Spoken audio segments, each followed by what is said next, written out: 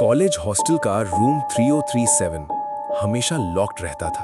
कहते थे जो भी वहां सोता रात 3 बजे एक बच्चे के रोने की आवाज सुनता। अमन ने इस बात को चैलेंज समझा। वो कैमरा लेकर रूम में सो गया। 3 बजे बेड की नीचे से आवाज आई, भैया मुझे देख लो।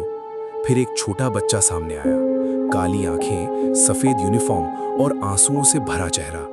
उसने कहा, उन्होंने मुझे यहीं बंद कर दिया था।